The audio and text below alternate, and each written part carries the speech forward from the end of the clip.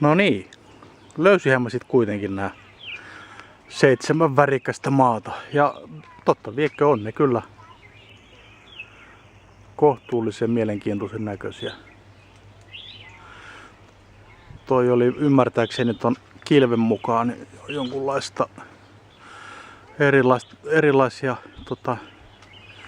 malmin muotoja, jotka tekee noin värit. Ei saa kuulemma koskea eikä viedä pois mennessään.